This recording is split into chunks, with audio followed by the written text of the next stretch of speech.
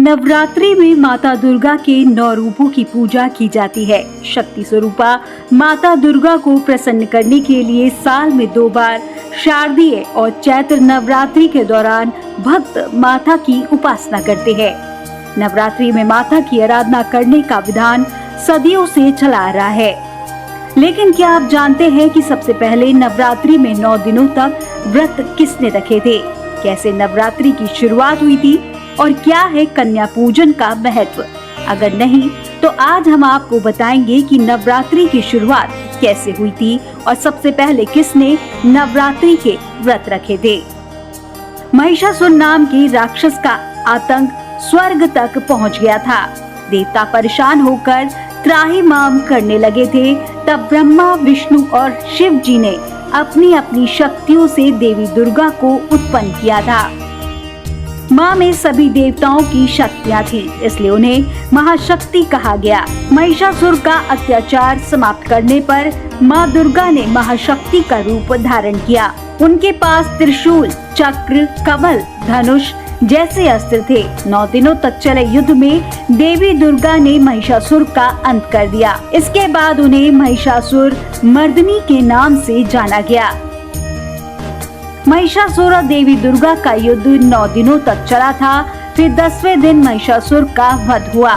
इससे नवरात्रि के 9 दिन देवी दुर्गा के 9 स्वरूपों की पूजा की जाती है। 10वें दिन विजयदशमी मनाई जाती है। ऐसे में जिनका मूलांक 9 है उन पर माँ दुर्गा की विशेष कृपा रहती है। अंक 9 का स्वामी मंगल ग्रह होता है। अगर किसी की कुंडली में मंगल दोष है तो नवरात्रि का व्रत या पूजा करने से दूर हो जाता है। अंकों में 9 अंक पूर्ण होता है। 9 के बाद कोई अंक नहीं होता है। ग्रहों में 9 ग्रहों को महत्वपूर्ण माना जाता है। फिर साधना भी 9 दिन के ही उपयुक्त मानी गई है। किसी भी मनुष्य के शरीर में 7 चक्र होते हैं जो जागृत होने पर मोक्ष का मार्ग प्रशस्त करते हैं। नवरात्रि के 9 दिनों में से 7 दिन तो चक्रों को जागृत करने की साधना की जाती है। 8वें दिन शक्ति को पूजा जाता है। 9वां दिन शक्ति की सिद्धि का होता है।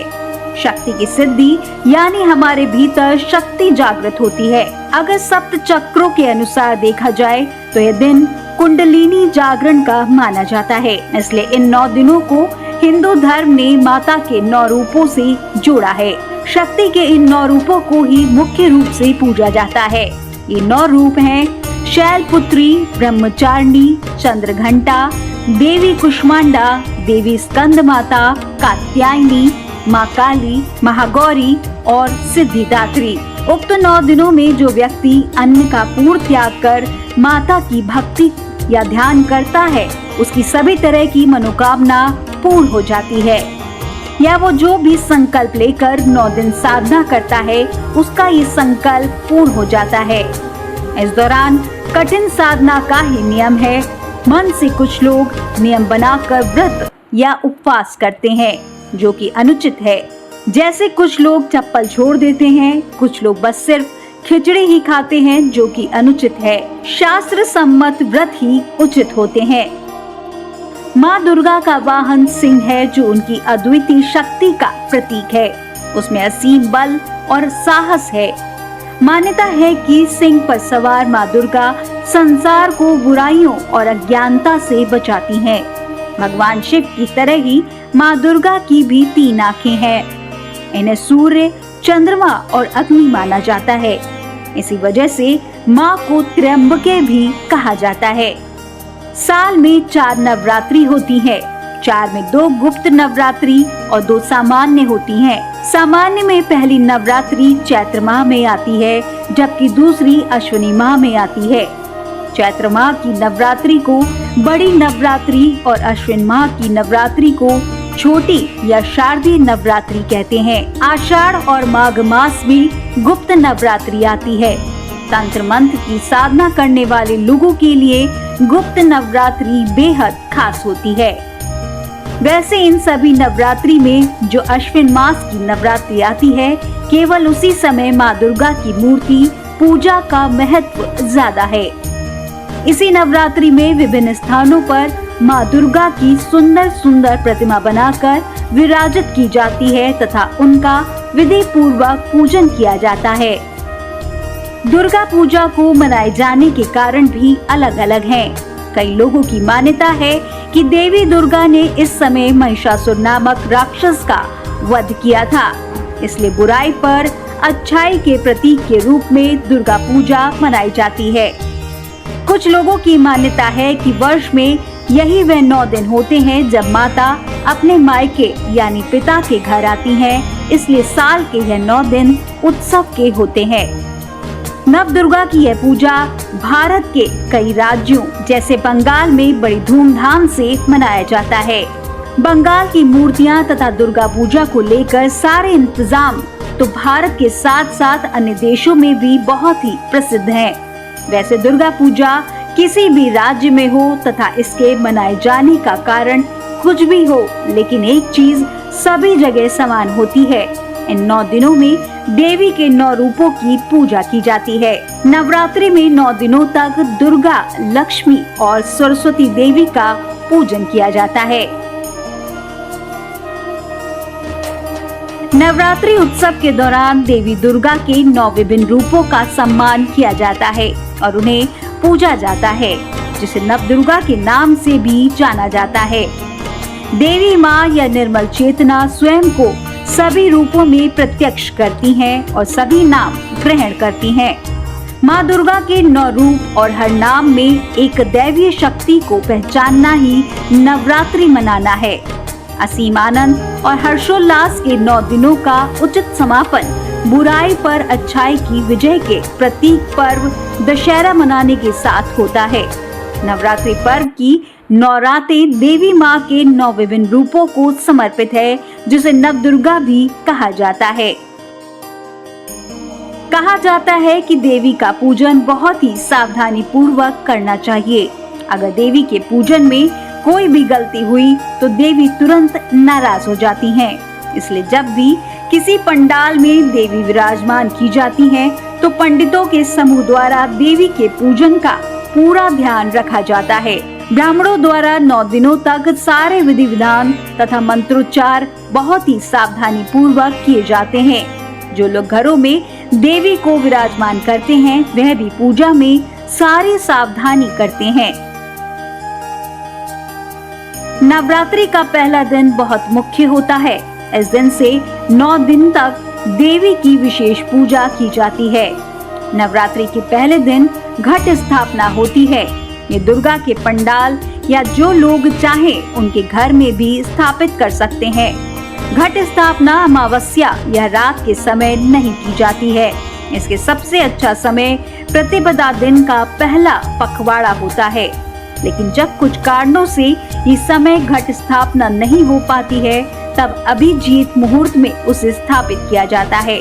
कहते हैं नक्षत्र चित्र एवं वैधृति योग में घट स्थापना नहीं करनी चाहिए, लेकिन ये पूरी तरह से मना भी नहीं है। अलग अलग क्षेत्रों में अष्टमी नवमी की पूजा के अलग अलग विधान है।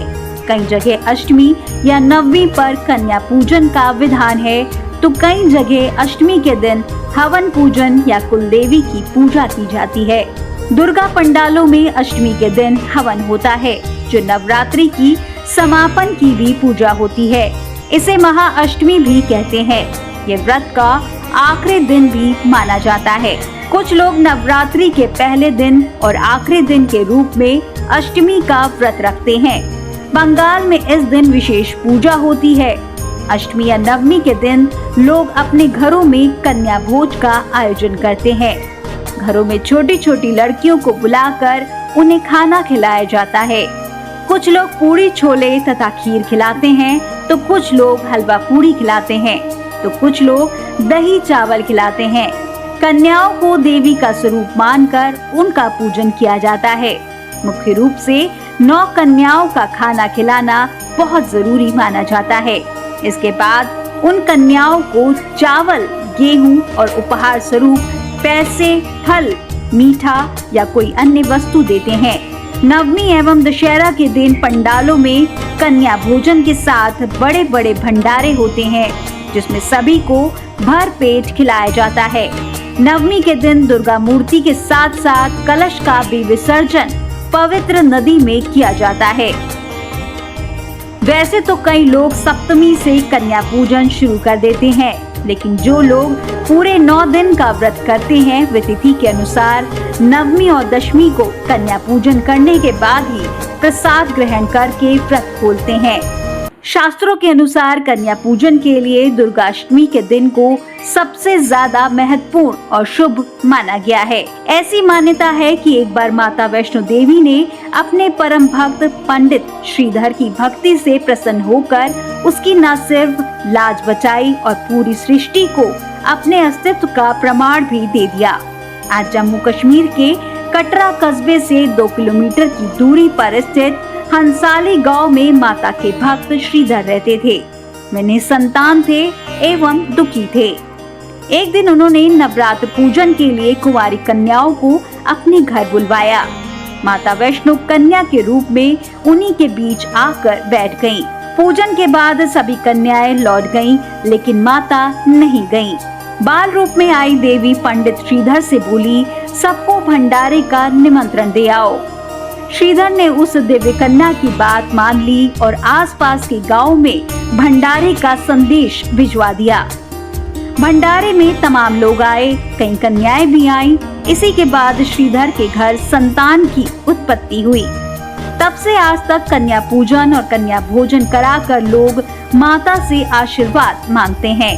माता दुर्गा स्वयं शक्ति स्वरूपा है और नवरात्रि में भक्त आध्यात्मिक बल, सुख समृद्धि की कामना के साथ इनकी उपासना करते हैं। नवरात्रि की शुरुआत जिनके द्वारा हुई थी, उन्होंने भी माता से आध्यात्मिक बल और विजय की कामना की थी।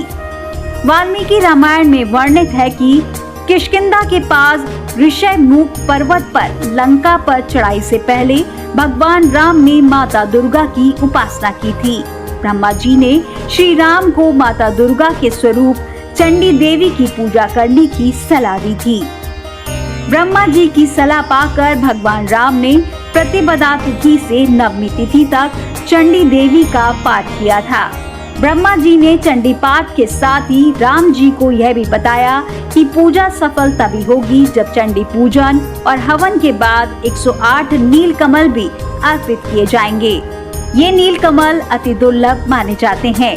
राम जी को अपनी सेना की मदद से ये 108 नील कमल तो मिल गए, लेकिन जब रावण की ये बात पता लगी तो उसने अपनी मायावी शक्ति से एक नील कमल गायब कर दिया। चंडी पूजन के अंत में भगवान राम ने जब कमल के पुष्प चढ़ाए तो एक कमल कम निकला।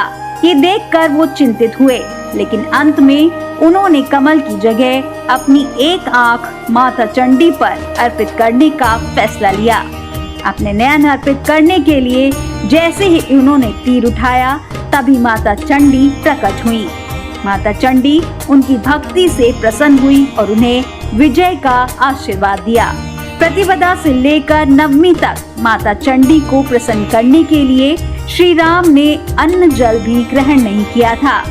9 दिनों तक माता दुर्गा के स्वरूप चंडी देवी की पूजा करने के बाद भगवान राम को रावण पर विजय प्राप्त हुई।